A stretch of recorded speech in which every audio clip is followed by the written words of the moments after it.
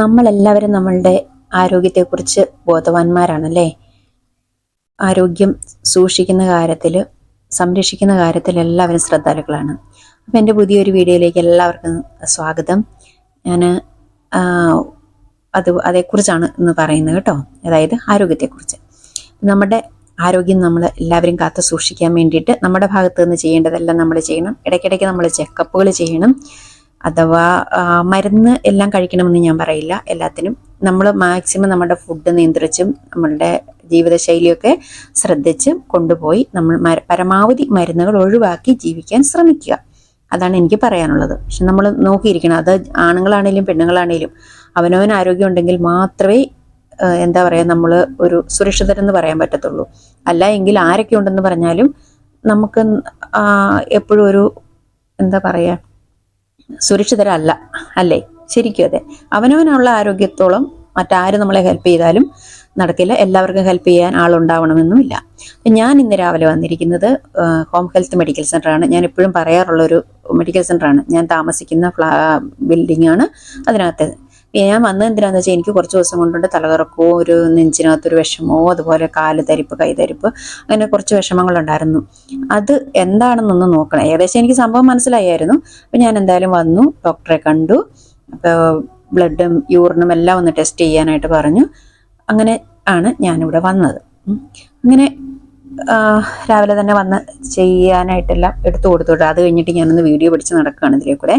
വെറുതെ ഒന്ന് അതിൻ്റെ അകം കാണിക്കാമെന്ന് വിചാരിച്ചു.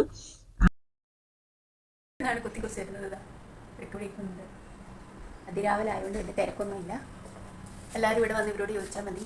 വിസിറ്റേഴ്സക്കാർക്ക് വളരെ ലാഭകരമായിട്ട് ഡോക്ടറെ കാണാല്ലേ. അപ്പോൾ ഇനി എൻ്റെ റിസൾട്ട് കിട്ടാൻ വേണ്ടി ഞാൻ വരും 12 മണിക്ക്. എന്നിട്ട് ഞാൻ പറയാം എങ്ങനെയുണ്ടെന്ന്. ഇവരെല്ലാം ഞങ്ങൾ മുകളിലും താഴെയുമായതുകൊണ്ട് ഇവിടെ എല്ലാവരെയും അറിയാം കേട്ടോ. അങ്ങനെ ഇത് PCR ടെസ്റ്റ് ഒക്കെ ഇവിടെ നേരത്തെ ഉണ്ടായിരുന്നു കേട്ടോ. ഇത് വെച്ച് വിസിറ്റ് വിസക്കാർക്ക് ചിലർക്ക് പുറത്തു പോയി ചെയ്യാൻ പറ്റാത്തവർക്കും ഇവിടെ വന്ന് ചെയ്യാമായിരുന്നു. അങ്ങനെ ഞാനിതെല്ലാം കഴിഞ്ഞിട്ട് ഒരു സ്പെഷ്യൽ കറി ഉണ്ടാക്കാൻ പോവാണ്. ഈ കറി നിങ്ങൾക്ക് സുപരിചിതമായിരിക്കും. കറി വെച്ച മീൻ എടുത്തിട്ട് വറക്കുന്ന ഒരു പരിപാടി ഭയങ്കര ഇഷ്ടമാണ് എനിക്ക് കേട്ടോ. ഇത് വറക്കുന്നതെന്ന് വെച്ചാൽ ഞാൻ മൊരിച്ചെടുക്കത്തില്ല. അല്ലാതെ മീൻ വറുത്താലും മൊരിച്ചെടുക്കില്ല. ഞാൻ പറഞ്ഞ ഒരു 10-35 വയസ്സ് കഴിഞ്ഞപ്പോൾ മുതൽ ഞാൻ ശ്രദ്ധിക്കുന്നതാണ് വറുത്തതും പൊരിച്ചതിനെയൊക്കെ വളരെ സൂക്ഷ്മമായിട്ട്. ഞാൻ വറക്കാന്ന് വെച്ചാൽ ഇതൊന്ന് വേവിച്ചെടുക്കത്തേ ഉള്ളൂ. ഇത് ഓൾറെഡി വെന്തതാണ്.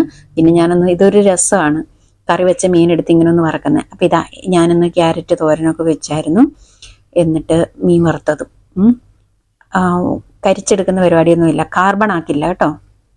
അങ്ങനെ അപ്പം എന്തായാലും ഞാൻ പറഞ്ഞ പോലെ തന്നെ 12 മണിക്ക് പോയി റിസൾട്ട് കിട്ടി. എല്ലാം ചെയ്തിരുന്നു കേട്ടോ. എത്ര പേപ്പറിലാണ് ഉള്ളതെന്ന്. എല്ലാ ടെസ്റ്റുകളും ചെയ്യാനായിട്ട് ഡോക്ടറോട് പറഞ്ഞു ചെയ്യണമെന്ന്. അപ്പോൾ ഡോക്ടർ എല്ലാത്തിനും കുറിച്ച് തന്നു. അങ്ങനെ എല്ലാം കൂടെ കൂട്ടി ഒരു വലിയ പാക്കേജ്.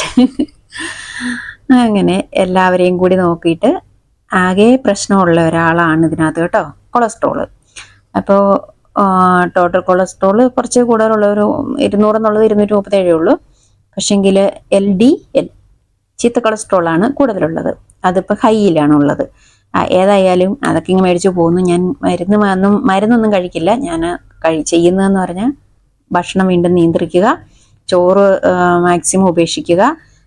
അതൊക്കെയാണ് സാധാരണ ഇപ്പം എനിക്കുള്ളത്. അല്ലാതെ ഈ ചീത്ത കൊളസ്ട്രോൾ ഉണ്ടാകാനുള്ള കാരണങ്ങൾ ഇതിനകത്തൊക്കെ പറയുന്ന കണക്കിന് അതൊന്നും തന്നെ ഞാൻ ഉപയോഗിക്കുന്ന കാര്യങ്ങളും ചെയ്യുന്ന കാര്യങ്ങളും അല്ല.